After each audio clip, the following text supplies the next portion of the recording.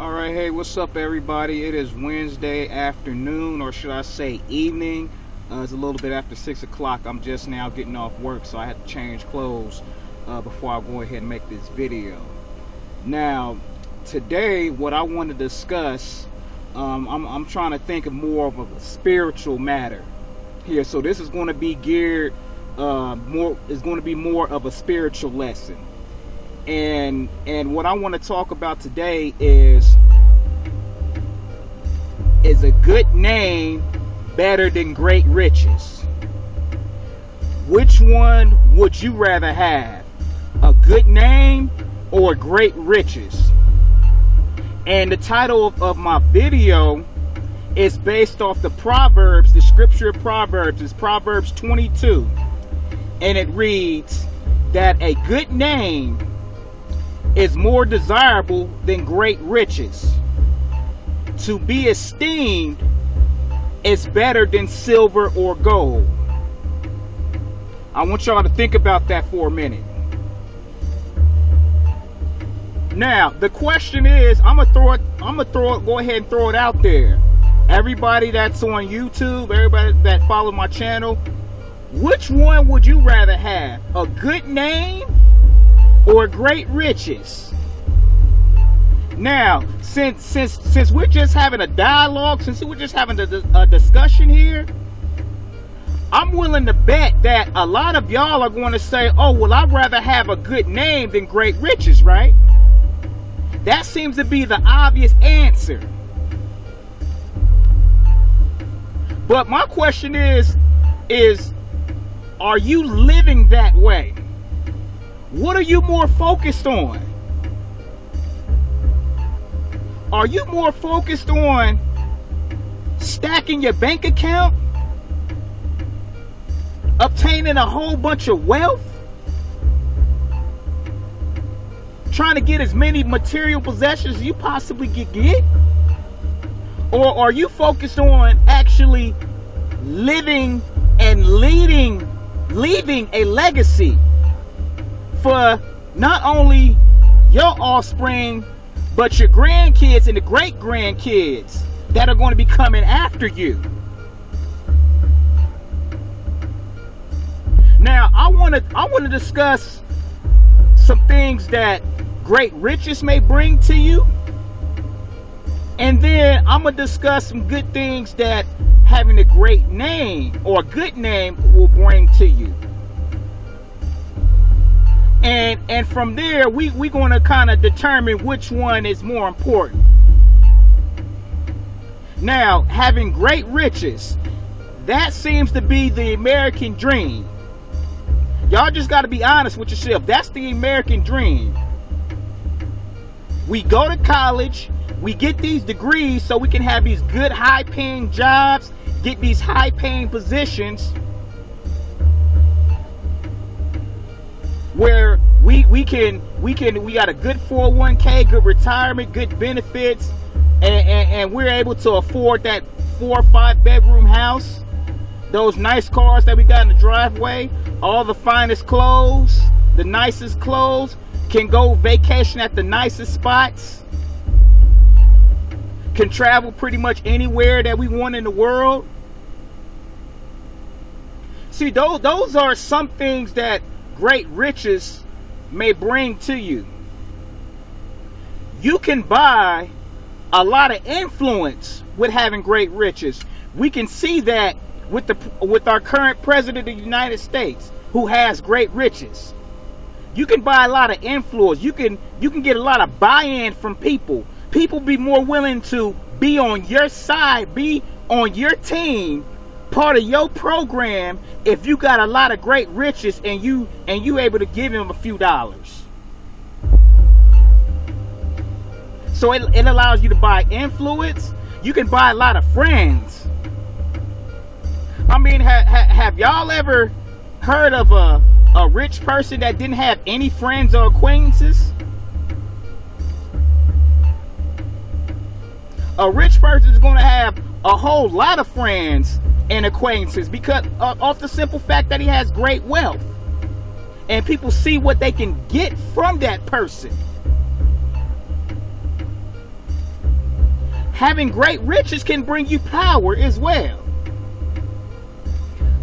Goes back to the whole example of our president of the United States. When you have power of a lot of riches, that brings a level of power as well. A lot of people are going to follow you. You can kind of set things in motion if you tend to throw a lot of money in that direction. You know, I once heard that one of the preachers that I used to follow and used to listen to his sermons. He says, you want to know what a person really believes? Just see how much money they spend on that thing or that object. That's what lets you know what a person really believes in, by how much money that person is investing in whatever it is that they're investing in. You know, when you got a lot of great riches, people will bow down to you.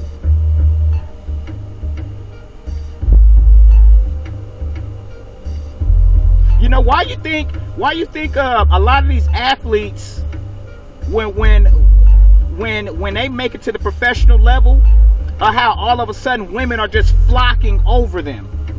Their face and their names in the public eye, and they just got these women just throwing themselves all over these guys. That didn't happen to a lot of them when they was in high school, when they were in college. So you see what some things that great riches can bring? Now, those are all the positive things, because great riches can also bring you a lot of stress, a lot of trouble, a lot of temptation could come your way too.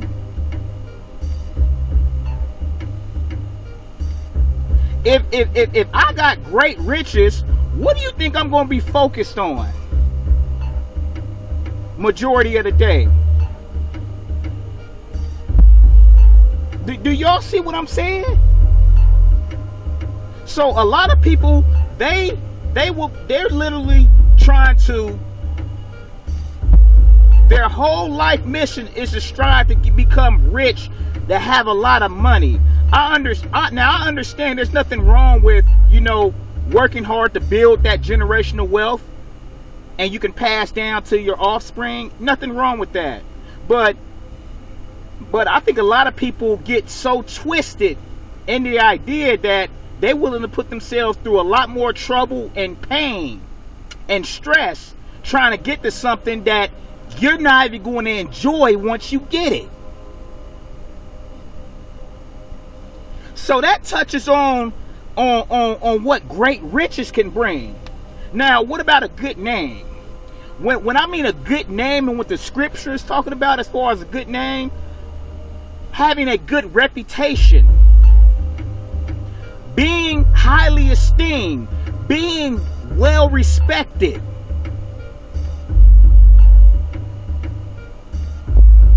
When your name is brought up,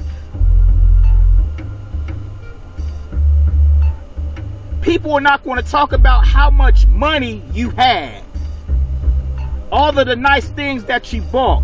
They're going to talk about what kind of an impact that you had in their life. They will talk about the kind of legacy that you left for the generations to come behind.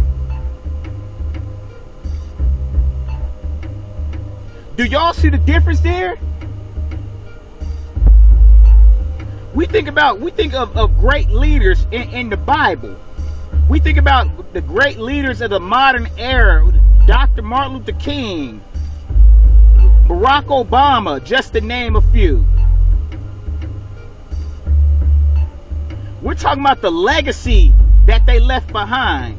You notice that it doesn't really have anything to do with how much money that they had, how much of an impact that they have on people, how many people look up to them, how many people admired them, what they stood for, their principles, their values.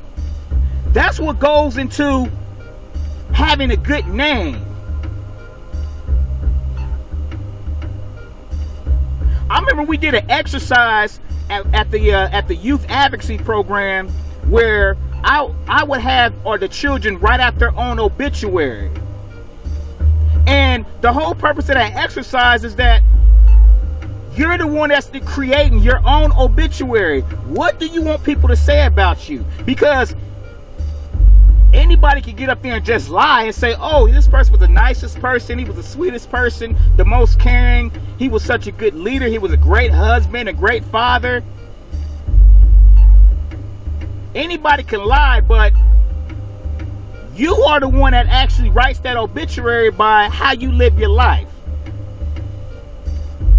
That's what having a good name is all about. I remember I had on YouTube, I had watched a motivational speech from Coach Herm Edwards. You know, he used to be the former coach of the New York Jets. He just had got hired as the Arizona State University's football team head coach recently. I want to say maybe a year or 2 years ago.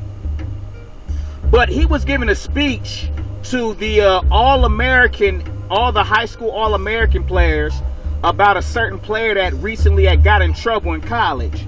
And I would never forget, one of the things that he brought up was that last name that you wear, that last name don't even belong to you. I know we don't think about stuff like that. That last name don't belong to you. That last name belonged to your father, your grandfather, your great-grandfather, your great-great-grandfather, and so on. So you're carrying something that don't even belong to you. Now, since that name don't belong to you, it is your job to not embarrass that legacy, to not embarrass that name. And when he said that, I'm kind of paraphrasing here, but when he said that, I was like, wow, that's powerful, man. The last name don't belong to you. But look how much weight that last name carries. From one generation to the next. So in this life, you don't want to be that person in the family that's embarrassing that name. That's discrediting that name. You want to be the person that's going to uplift that family name. When people say your last name, it ought to mean something.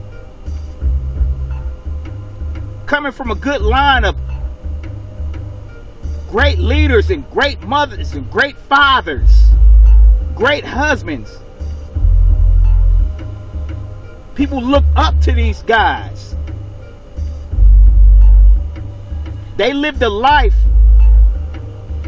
of morals and values, life of integrity, and they stood by what they believe in. That's what goes into having a good name. Now, I would say there are some drawbacks, because not everybody is going to like you, not everybody is going to admire you, and not everybody is going to respect you, especially if you're trying to live a godly life. They're going to try to find any and everything to discredit you. But you know what I found out?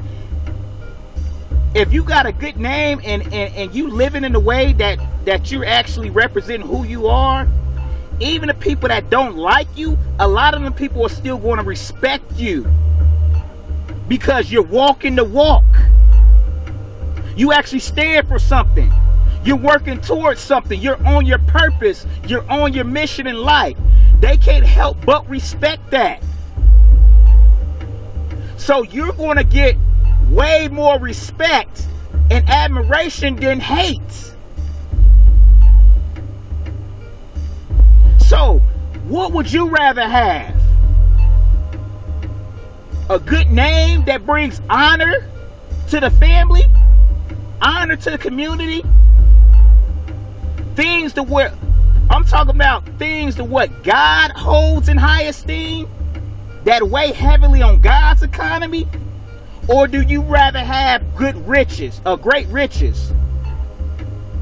You know, the house, the cars, the clothes, the mansion, the women. All of those pleasurable things, along with the headaches that come with that. So that's my topic for this evening. So I really want y'all to think about that. Please like, subscribe, comment. I'll talk to y'all later.